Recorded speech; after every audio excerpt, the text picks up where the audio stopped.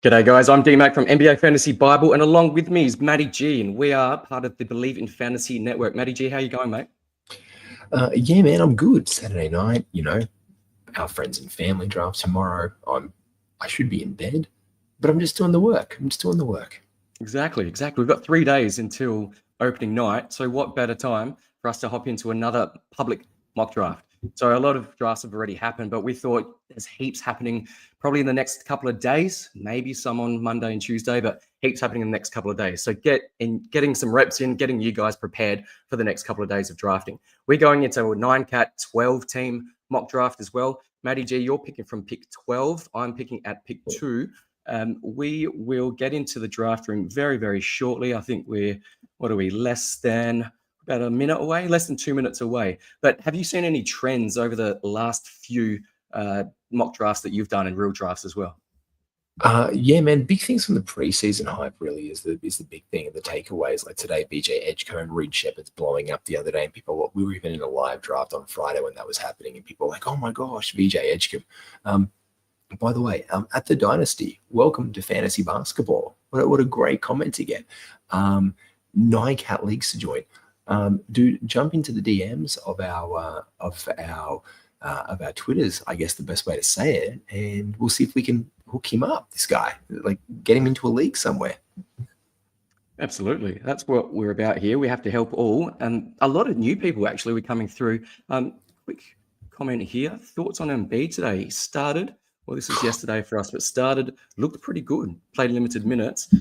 Do we have any confidence moving forward? Or is this something that we should still be mindful of? I guess this could be, look, we should always be mindful of it because it's Joel Embiid and an injury. But what we should be grateful for is if we drafted him in the 80s, in our early draft day, because if you're drafting tomorrow or the next day after today, it's tantalizing to get a top 12 guy that late in draft. So I might look to even target him here tonight if I see him in a position where I feel he might be somewhat viable. Yeah, I've had a few questions on Twitter just asking, what's too early? Would you consider him at pick 50? Would you consider him at 50, or is this something 100%. Dependent on your league settings? Yeah, look, league settings wise, if he's around at 50 and you have 1 or 2 IR, like 2 or 3 IR spots, I have no problem with it. Like the guy is a monster. Like, he looked clean today. He looked good today. Yeah. Look, you're getting a guy who can potentially return you. Like, you can't just get guys who are first-round guys that late in your drafts.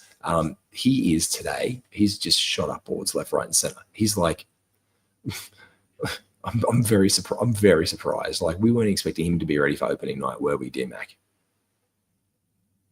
No, we weren't, and a lot of us were drafting Adam Bona, our favorite guy, the big boy. But he did actually start alongside of Embiid today, which was interesting to say the least. Paul George still hasn't been cited, so we don't know how that's all going to play out. But by all accounts, Nick Nurse wants to have Edgecombe as a starter, which is great. I'm just going to change the settings here. We're going to go into presentation mode as well, just to make it look a little bit prettier and easier to follow for you guys. Whilst we're on the live stream as well, send us through any of your questions. We will get to them and try to focus on drafting at the same time as well. But you and I have both been in a couple of slow drafts at the moment, and they're picking up pace now. They have been going very slowly, though. In the background of this draft right now, I'm keeping one eye on our Fantrax industry pickup league. I know that Dan Bezbris is on the clock and the timer has been stopped there, but I also know who Dan's picking next, because he said, look, I'm getting this guy, because if he didn't, I was going to go to bet on my next guy. And then it's like Bill and then Raf have got auto draft on. So yeah, it's been one. We're in the 8th round. We actually got through like 2 rounds today, which just is a breakneck pace for this draft. But Joel Embiid, where did Joel Embiid go in that one?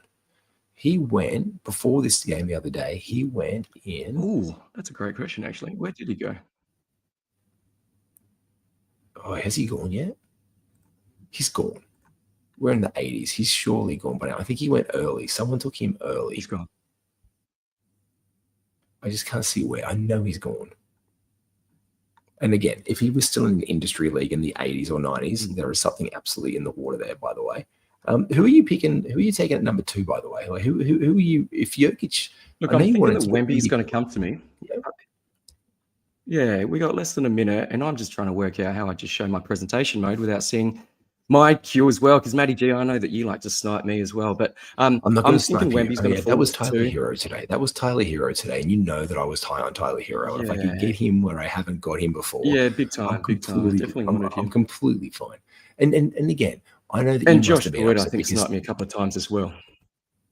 because Josh is straight after you, Yeah, and like so you get Josh your was straight. chance, and then Yeah, yeah, you get your chance, and if you mess that up, you've got Josh Lloyd picking twice after you, and B-Dub from FBI Basketball International picking behind him. So you've got like 4 players that can go, and it's almost happening every single time that these guys, like the Q and 7 was killing me.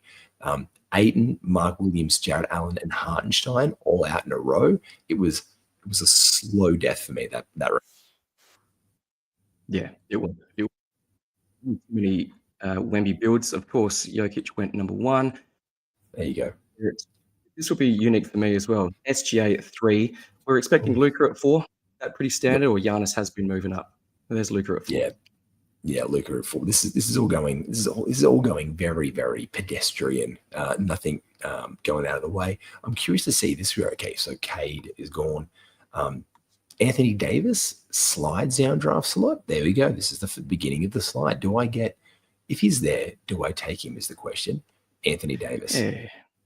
Yeah, there's a lot of people that are high on him. I'm still quite I'm cautious just because he hasn't shown that history of staying on the court for an extended period of time, 60, 65 plus games per season, something that we don't really see from Anthony Davis anymore. But he's still that per minute monster. Oh, sorry, per minute monster as well. So interesting to see how that all plays out here. Ooh, 8th, Harden. There you go, AD. This is probably going to do it for me here. Booker went at 10. No. What am I doing? Oh, gosh. Yeah, you're on the clock, mate. I'm going to take Steph. I'm going to take Steph, and I'm going to take Maxey back to back. Because I've even been saying Bojan, like one of our good followers and our good friends in the Believe in Fantasy Discord. I'm like, just take whatever 2 guards. He's like, I think he had like pick 13 and a 16 teamer. So I was just like, he's like Kevin Durant. Like, I'm like, yeah, sure, take Kevin Durant. He's like, who else are these guys? I'm like, just take the 2 dudes. Like, take Harden or Curry or Booker or Maxey or Curry or Donovan Mitchell, whoever falls to you there. Take those guys. Like, pair them together. I'm sure you'll be able to get two of that core group. You'll be able to get around this point. And you know me, I love my point guards, and maybe I've sort of convinced you as well. I just love going 1-2 with point guards, particularly at the end of the first round. So Steph, Tyrese Maxey, I like Tyrese Maxey. I also like KD. Karl Anthony Towns has definitely dropped. He was definitely a first rounder come the start of, or let's say, preparation for this time. But now he's going into the second round quite consistently. Do you think that's valid, knowing that the Knicks' minutes are likely to come down? I think it's valid. I think it's fair. I think in different formats, I think he has value there. People are worried that Mitch Robinson, his blocks will be down. His blocks obviously bump him up. But there we go. Armen Thompson. Bojan asked me about Armen Thompson. Is he a second round guy? And I'm like, yeah, he is. You can get Armen Thompson in that guard mix. And so he goes out there to that Ali Arda guy with James Harden. Another great point guard mix. So you can have a look there. There's 3 of us that have put together that point guard double play. I've got Curry and Maxey. There's Booker and Mitchell. There's Harden and Thompson. My preferred would have been Booker and Mitchell or Booker and Maxey. I would have loved that. Didn't happen for me. I deal with the cards that I'm dealt, and we move back on. And Alpi Şengün going solidly in the second round is probably one of the biggest trends that I've seen. Yeah, it's something I've seen recently as well, and I've probably been guilty of this, is LaMelo Ball. He's now being pushed up into the second round pretty consistently. I am apparently on the clock, and that hasn't refreshed. There we go. So that is who, speaking of, do I go him? I'm going to be a bit controversial, or do I go someone like Are you doing it? Are you doing it? I'll give you 20 seconds. You go, LaMelo. Okay, LaMelo. Okay, good. I'm going LaMelo. I thought, now this is it. I'm going to target Embiid here at pick 36. I'm calling it right now at the end of the third 36. round. Aggressive.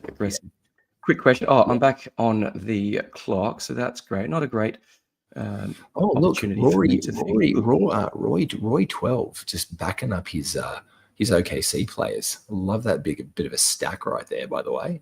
Shout out to you, mate. Jokic, if he'd only just taken Shea with the first pick, he could have just basically had the big 3 bananas at OKC right off the rip. Good on him. I've locked in Scotty. He looked a lot more impressive last night. He had a pretty disappointing preseason, but yeah, last night he looked terrific. So I still think he can be a top 30 guy. A quick question from Marty. I have pick 9. It's on ESPN. Any suggestions for a first pick? Now, I think he's actually said in the chat that it's a roto league. So 9, I'm still liking Trey and Booker around that zone. If James Harden is there as well, that's who I would be targeting. What about you, Matty G? Look, I'm there. I'm there on all those guys. Like again, Cade Cunningham, I've seen fall. I'm just not taking Anthony Edwards there unless it's a points league, and then he gets a significant bump for me under those. So, Dyson Daniels off the board. Okay, this is a pretty competitive, like just random. Well, yeah, you've gone with that build. You've gone Giannis, Evan Mobley, Dyson Daniels. So. Yeah, and you do see that as we approach, we're only 3 days away. As you approach it, there's people taking it a lot more seriously than what we saw several weeks ago as well. So this is great to see. Yeah, Going back to the question, you think pick 9? Yeah, fine. Pick Any 9, of these guys is fine. Yeah. All of those guys is fine. Look, if you even look back at our first round here, and you go all the way back up to that, from around that pick, you've got Harden, Booker, Davis, Young, and Curry. Like none of those are mistakes. I would be targeting one of those guys with Tyrese Maxey as a loose one in there. Jamal Murray, you son of a gun. Yeah. You just distracted me, so I don't. Yeah, big time. I think I've taken Jamal Murray in 80% of the drafts that I've done so far. You have, and that's again off the board. Oh no, this is actually killing me. So Embiid went at 33, so that's a lot sooner than we have seen. But I guess with him playing last night, people are a little bit more bullish on him for the rest of the season. But yeah, 33 for me is still too early. You would be a little bit more aggressive on that, Matty. I was thinking him at 36. Well, I did take him at 36 or 37 because I'm not going to get him another 24 picks later now. But that means, Ian, that I could probably get a little bit. You won't get him, but do you have to get him? That's the thing. I am happy to avoid. I don't want that headache moving forward. 36. Okay, I'm taking. I've been seemingly missing out on Kawhi a lot lately. So I'm a little bit. I'm okay with that, and I'm probably just going to back up my. I'm going to get two of my faves here. I'm going to get Butler. I'm going to get my other small forward, power forward here, and I'm just going to back up a lot of those playmakers, good defensive stats to back up my guys who can get the points. Jimmy Butler and that here. Look, I think it's probably early for Butler and probably early for these guys, but again, these are guys I like, and I'm not getting them in another 22 picks time, if that makes sense. So for me, that's really deep. And for me, it's very deep into the mix, like really far down the line. So I'm not going to be doing it in a way that's really just risking too much for myself, because I shouldn't do that. So what I'm doing instead is I'm insulating my small forward, power forward combination really early on, and then moving along quite easily after that. Here's a good question. How do you handle double doubles instead of turnovers? That's quite a unique situation there with categories. I don't see that very often, but do you handle it any differently? I'm in 3 double leagues this year in the ball league page here in Australia. I am all in on Mobley. I actually took Mobley in my first round for that, to be honest. So look, I think they're both good. I wanted to get Jalen Johnson in another one of those leagues, so I'm all for it. I think it's just good picking to take either one of them. I do think Evan Mobley has the clearer path to the easy rebounds double-double. Yeah. Do you treat drafting differently now that you've got double doubles instead of turnovers? Do you particularly look at a certain type of player? Well, that basically takes out that -1 ranking a lot, especially if turnovers are out of the mix. Like, imagine Trae Young's value in that system, just low key. Like it completely changes their value. It's almost like their -1 ranking, because I punt turnovers not aggressively, but I just like put them on the back burner a little bit. If you know what I mean, like it's like I'm very aggressive with punting turnovers. Yeah, exactly. You are as well. So for me, it's like that -1 value was out, and then goes from there. Yeah, nice one. We got a question from Jeffrey. We're stuck on Mobley. Jalen Johnson today at pick 21 at SGA first round. Thoughts? Yeah, look, I'm fine with that. Look, I think it's I think it's good. I think it's a solid pick. And look, for me, I'm always torn with these things. Like, I have no real. I think SGA might not get as many double doubles, but I think it's a good pairing with Jalen Johnson. Yeah, I am. Look, I'm considering LeBron here or Fox. I think it's fair. But I might go someone that you're a big fan of at the moment. And with that one, it's my time to go as well. So I had to make a glorified cameo. So my man, I will love you and leave you, and I will be drafting into the background, and I'll be speaking to you tomorrow for our one, mate. All right. All the best, mate. I appreciate that. But we'll carry on. Thank you, Matty G. And come back on if you can. Dad duty's away. Thanks, mate. In the meantime, guys, keep the questions coming, and I'll try to focus on my drafting whilst I'm also trying to answer your questions as well. So Matty G, he will still continue drafting. I took Kristaps Porzingis there in the 5th round as well. So I haven't grabbed him in any other leagues except for today. But at pick 50, I think there's some value there. I think he's a top 25, top 30 type of guy per game. But of course, that comes with risk of him sitting.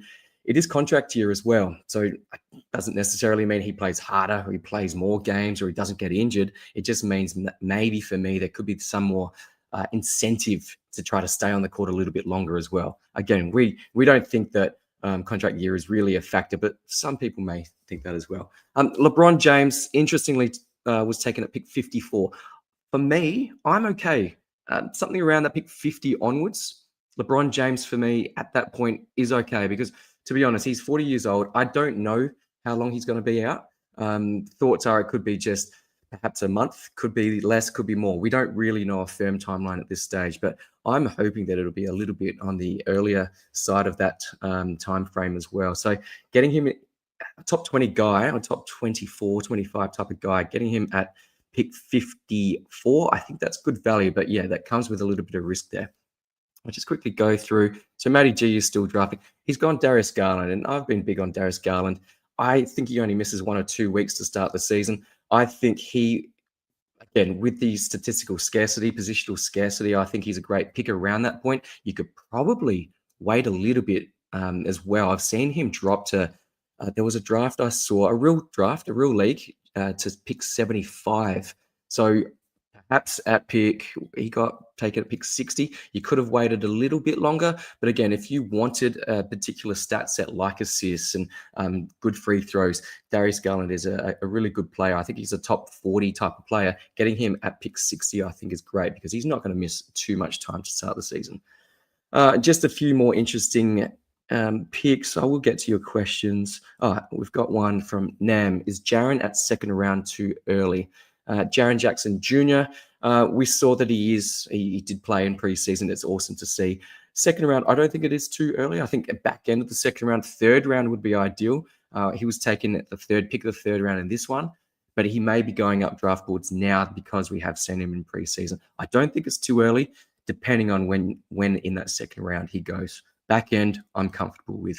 Now I need to start thinking about my picks here. At the top of my board, I've got Larry Markkinen. I'm not touching Larry Markkinen. I'm not touching Walker Kessler. I'm not touching any Nets whatsoever as well. I've got Julius Randle. I could go for an injured Tyler Hero, which would be roughly around it will be pick 70.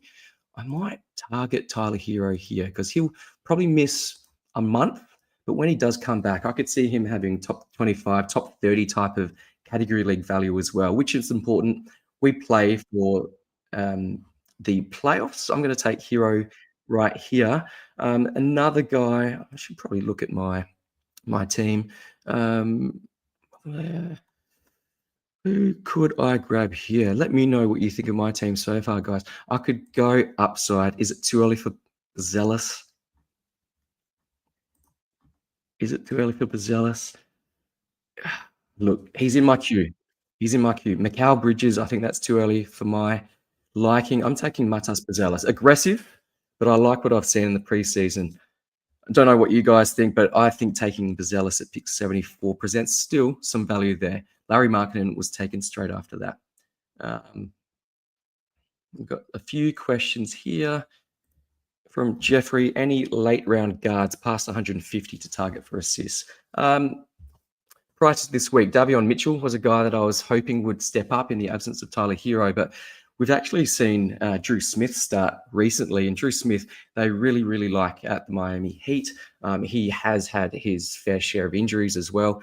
I still want to, don't get Drew Smith, by the way, but I do want to just have a look at Davion Mitchell there. So I think he's all right there. Guys like Scottie Pippen Jr. as well, Ty Jerome, they're type of guys that you could get outside the top 150 as well. But yeah, guys, thanks for your questions. They're rolling in. So I'm also trying to keep an eye out for those as well. We'll quickly going through a few other picks here. So we straight after Buzelis, we had Larry Markkinen, Rudy Gobert. Then we had Donovan Klingon, another one of my favorites at 77. I would like to get him around later, but at 77, I think he can get that in terms of overall value. Interesting to see that he did go ahead of Mark Williams, who was taken one pick later. Again, Mark Williams, top 40 per game in categories, but it's the health. It's is he going to sit back to backs? Do we have confidence in his body? I'm a little bit down on Mark Williams. We saw DeAndre Ayton get taken at the first pick of the 6th round, which is a lot earlier than Mark Williams. And I've seen sort of those two being sort of weighed up in a lot of questions and in drafts as well. Do we take Ayton? Do we take Mark Williams? I'm going to lean the safer guy, Ayton. But again, it does depend on how you've drafted earlier as well. If you've taken, a couple of injured guys, go the safe option with Ayton. If it's a pretty clean bill of health, and of course we can't predict injuries, but if it's a clean bill of health, relatively no risk in terms of going into the season injured, then I'm fine with taking a flyer on Mark Williams ahead of Ayton. But it is contextual, it is situational. Okay, straight after Mark Williams, Emmanuel quickly, I do like at this point. Cam Johnson is another favorite of mine. I might take a sip. Jordan Poole's going to be outstanding to start the season, even with sharing ball usage with Zion, with Trey Murphy. The issue later in the season, come playoffs, fantasy playoffs, it'll be DeJounte Murray coming back into that team, into the fold as well. So that's going to murky a few things up, but I still like Jordan Poole to get off to a flyer at the start of your season. Paul George at about this point was taken at 82nd. Look, I'd love a few more updates on his health. 82nd, I think it's relatively low risk for some nice upside. And again, similar to what I was saying with Mark Williams, I think you want to take some upside, but it does depend on how you've drafted earlier as well. So Paul George, that's probably as early as I would go on Paul George. It would be nice to wait, but it's okay. It's all right. I really love Shaden Sharp straight after him, Norman Powell, Alex Sarr. So yeah, going up boards, but Alex Sarr taken at pick 85. Tamani Kamara is another favorite of mine, taken straight after that. So I need to think about who I'm taking. I've got Jalen Green and Cam Thomas at the top of my draft board. I'm not taking them. At what pick are we? So 95th overall. I may need some big guys. No, you know what? Category specialist Tari Eason. He's one of my faves as well. Late. 95 is not considered too late, but I just think that he's got that category league upside. Back with me, I could go. I'd love to grab Keegan Murray, but because of the injury, I'm just going to avoid him for now. Look, who could we go? Bradley Beal. Again, do I trust him at this point? Keegan, CJ McCollum, Kevin Porter Jr. Yeah, look, I'm going to go Brad Beal. And yeah, please get into the comments. Roast me. I've gone a little bit risky with Brad Beal. I've got Kristaps Porzingis as well in my team, but I think elsewhere I'm relatively okay. Tyler Hero, of course, is already injured, but I'll slam him straight into my IR or IL. Bradley Beal, I think at 95 is okay. A few more. Oh, Jeffrey, thanks, mate. You're a legend as well. And thanks for the support. I know that you follow me on Twitter. Thanks for that. I am Timber for 9Cat head-to-head league. After what round do you look to start punting? Cheers, DMAC. Yeah, guys that follow me know that I like to be balanced in my first couple, and then probably around, you could generally see where you're going after the first 4 rounds, I think. And if you are light on with big men, it is hard to get those at the back end of your draft. I think there's a few question marks around the Boston center rotation, the Indiana center rotation as well. I love Isaiah Jackson, but he's going to miss back-to-backs. So if you want to punt at that stage, that's probably the point for round 4 onwards. But again, some people like to go into a draft and know the build that they're going into. I don't like doing that. Again, that's my approach. That's how I've found success in the past. But each their own. Again, let me know how you've had success in the past in the comments. And yeah, would love to compare as well. Ozan, is Tyler Hero a risk worth taking? Again, it's based on where you're picking him up. I picked him up at what pick? At the 11th pick of the 6th round, which I'm very happy with. I think that was pick 70. Yeah, pick 70 odd. Yeah, 71. I'm happy with that. I think any earlier is that's nice. I've seen him being taken around that 55 to 65 zone as well. 70, I think it's a no-brainer. But yeah, I think he's a risk worth taking because he's going to have huge usage on that Miami Heat team. But thank you for that, Ozan. Keep the questions coming, guys. A few other picks. Zach Edey. Zach Edey just went at pick 108. I love the upside there. It's the injury. I think he'll be out for possibly 4 weeks to start the season. But when he comes back, he'll integrate nicely. I don't think JJJ will play the 5. I think they like playing him at the 4. So Zach Edey will slot in nicely. He'll take Aussie Jock Landale's spot very easily. Slow ramp up, but then Zach Edey for the rest of the season. I love him. I think he can be a top 80 category league guy and probably even in points league situations as well. So Edey for me is a good pick at that point as well, even with the 4 weeks out. A few picks as well. After Edey was Bobby Portis, Cam Thomas, Jalen Suggs. It's probably the right zone for Jalen Suggs at that point. Again, I'm just a little bit wary of the injuries, but at that point, I think there's enough upside, even with the loaded, stacked Orlando Magic team. Andrew Wiggins straight after that. Cason Wallace. I've seen him go up draft boards recently. I'm not too sure. I think he's more of a steals specialist. I'm on the clock. Of course I am. Santi Aldama again with the JJJ news, so maybe not there. Keontae George. There is Davion Mitchell. You know what? I'm going to go someone who I quite like in Dante DiVincenzo. I think he'll take a lot of minutes away from Mike Conley, old man Mike Conley. Rob Dillingham is a good young player, but I just think that Dante DiVincenzo is really going to come to the fore this season. We'll maybe get New York Knicks style Dante DiVincenzo, which was a top 60, top 70 type of guy. Stephon Castle went straight after DiVincenzo. Now, I'm going to go for someone who I've had my eye on a fair bit recently. And again, please roast me in the comments. But a pick 122, I think at this point of the draft, pretty low risk. Keyshawn George, really love what he brings in terms of 9-cat. Just a really well-balanced, overall nice type of player.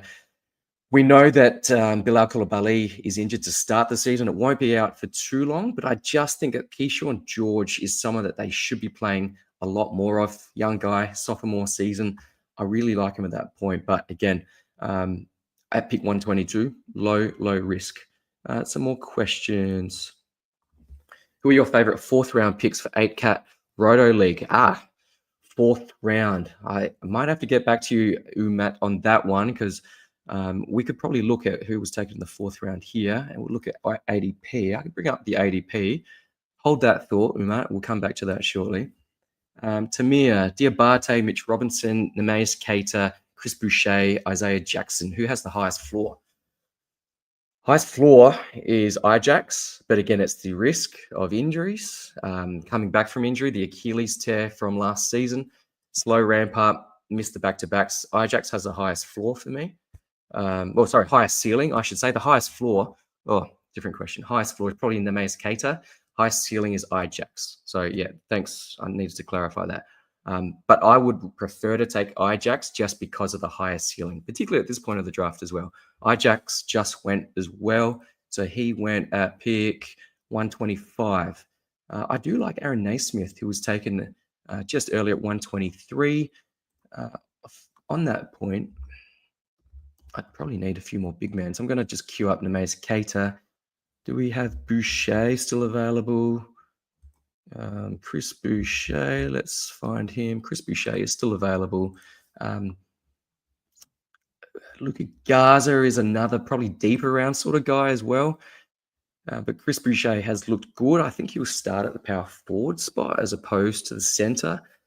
So alongside of Nemanja Keita. But again, that rotation is a little bit messy as well. So no, Nemanja Keita was just taken there at pick 132. So I like that pick. Grayson Allen, he'll be a starter to start the season. Jalen Green being out. So I really like that as a late round flyer. Nikola Jovic is supposedly will start ahead of Kel'el Ware.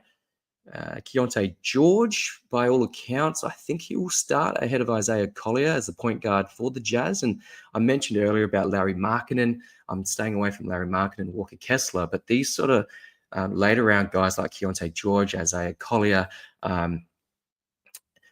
those types of Kyle Filipowski, those types of guys I'm more keen on just because I don't think they rest those guys as much as they'll rest Walker Kessler and Larry Markkinen as well. It's still going to be a tanking season, irrespective of what they've said in the media. It's a tanking season for that team. It's the right thing to do from a business sense and from a basketball sense. So that means they'll pour more minutes into Keontae George, Isaiah Collier, Kyle Filipowski, Taylor Hendricks, those types of guys as well. Actually, speaking of Taylor Hendricks, has he been taken as a late round guy? He hasn't. So I'll cue him up as well. There's a few pretty nice names still to be taken. Malik Monk, obviously been dropping because of the news of Russell Westbrook now being at the Sacramento Kings. Whether or not he stays or he's traded, at this point of the draft, it's hard to get guys that will just come off the bench and just score. He'll score a ton. He's relatively efficient. He'll get you some assists. So I might have to just queue up Malik Monk as well. So I'll put him to the top of my queue, just ahead of Chris Boucher. There we go. Malik Monk. Just some other ones. TJ McConnell is injured to start the season. I don't mind it if you can stash him. Obviously, no Tyrese Halliburton. Nempard will obviously start at point guard, but coming off the bench, TJ McConnell, we've seen it in the past when Tyrese Halliburton has been injured and Chris Boucher has just been taken. I will take Malik Monk here. Yeah, as I was saying, Nempard will start. TJ McConnell, I think, is solid if you can stash. And I have done that in one of my leagues. I picked him up, I think, off the waiver wire and stashed him straight into the IRs as well. So it is dependent on your actual league settings as well. Jeffrey, thank you very much for all your questions and comments. Bonus started at PF next to Embiid today. Yes. Do you think he's worth a stash or a handcuff? Yes, late. I do think he is. It has to be a lot later than what I thought, but because he did start at power forward, it does give him that extra flexibility. But just keep in mind that Paul George still needs to come back into that lineup as well. But it's still worth a flyer at this point of the draft. So yes, absolutely. And Embiid, is he going to play 50 games this season? So in those 32 other games, 30 plus games, Bone is going to start. He's going to start ahead of Andre Drummond, is my assumption. And he's going to be great, particularly when you need those, I was going to say elite, but higher level blocks as well. So I'm back on Taylor Hendricks is still there. I could go Hendricks.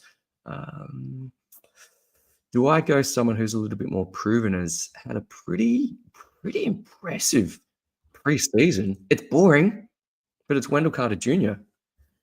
So again, roast me. But at this point of the draft, you don't always have to go for upside. But he's looked really good, and it hasn't been in the absence of all of their stars. He's just there seems to be a slight change in how they're playing, and it could be based on Desmond Bane being in that team as well. But Wendell Carter Jr. has looked very impressive. I'm not saying he's going to be a top 80 type of guy, but at pick, what did I pick him at? 150 odd. I don't mind that at all. Sorry, 146. I got him. DeAndre Hunter, I do like that pick as well. Daniel Gafford, I've picked up in a couple of leagues, again, as an IR stash. Speaking of stashes, DeJounte Murray, yep, I think that's a valid stash. Quentin Grimes, I'm not as high on just because Edgecombe will start. PG still needs to come back. Jared McCain still needs to come back into that team as well. So Quentin Grimes may have a nice start, but down the back end, not so much. That's it, guys. We really wrapped that up very quickly. Any other questions? I'm probably not going to go into too great a detail of my team. We'll have a quick quick squiz at my team. We'll have a point and laugh moment. But Wemby to start with, followed by LaMelo Ball, Scotty Barnes, Cooper Flagg. I really like how Cooper Flagg's playing at the moment. He's playing at point guard as well. So we'll see if that sticks. Kristaps Porzingis, Tyler Hero. So a bit of risk here with Porzingis and Hero back to back. We've got to be mindful of that one. Buzelis as well. I really like him as a breakout candidate. Tari Eason, Bradley Beal, Dante DiVincenzo, Keyshawn George, Malik Monk, and Wendell Carter Jr. 13 rounds, went very quickly. You don't see it on the screen, or you may not see it, but the last pick of that draft was Ty Jerome, straight after Scottie Pippen Jr. Nice, quick draft to finish off with. We'll have more of these as well. I'll do a couple on Fantrax. I'll do some more on Yahoo as well. Any other questions before I leave you? We got Jorge. Bro, didn't pick PJ Hall. I can't believe it. PJ Hall has actually had some minutes. He's not been too bad as well as a deeper league guy. So, yeah, it's something to consider in deeper leagues. Yeah, thanks, Nam. He queued Boucher, just letting you know. Yes, Boucher was taken right before my pick. And we had that one as well. Well, that's a wrap. Nice and quick draft for probably for some of you a Saturday morning. For me, it's a Saturday evening. We'll keep these running over the next couple of days as well, just getting you prepared for the fantasy season. Thank you to Believe in Fantasy. Make sure you subscribe to believeinfantasy.com for all updates from there. Join them in the Discord. There's a whole heap of experts as well, including myself in their Discord as well. So make sure you're across that. Thanks to Robin and the team. So make sure you become a Believe in Fantasy MVP community member. But until next time, guys, thank you so much. Really appreciate it. Catch ya.